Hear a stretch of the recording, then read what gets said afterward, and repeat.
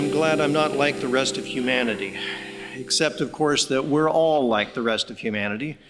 We're all part of one human family, and the weaknesses we experience are the same weaknesses that so many others have experienced, and the grace that others have experienced is the same grace available to each one of us. God sees us as we are, and he sees that we all need his grace. The Lord hears the cry of the poor. He's not deaf to the needs of the orphan and the widow. He reaches out to the lowly, just as he reaches out to those who seem rich and powerful, to those who seem like they've got their lives together, because God sees through the veneer of perfection we try to present, and he loves you anyway. He loves every one of us. So out of love, he advises us that whoever exalts himself will be humbled when they're faced with those same human weaknesses that just keep popping up in every age.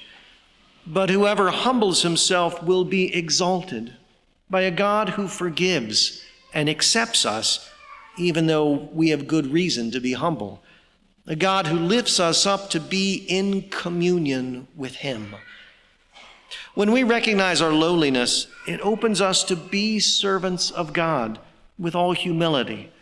When we realize that we're not perfect, it frees us to be what we can for others, even though our efforts won't be perfect. We see that sense of service in St. Paul today as he says, I am already being poured out like a libation. I'm already giving of my life, of my time, of all my energy for the service of God. In just a few minutes, we'll pray the words, "This is the chalice of my blood, the blood of the new and eternal covenant, which will be poured out for you and for many for the forgiveness of sins."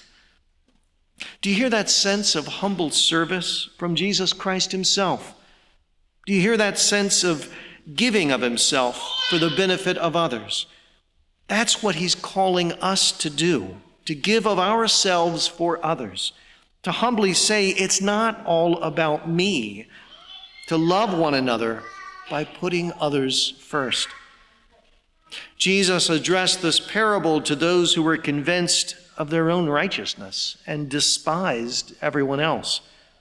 He invites us to turn from the self-promotion of the Pharisee. He invites us to join with the tax collector in saying, "Oh God, be merciful to me, a sinner," to set aside our pride and allow God's grace to be what leads us.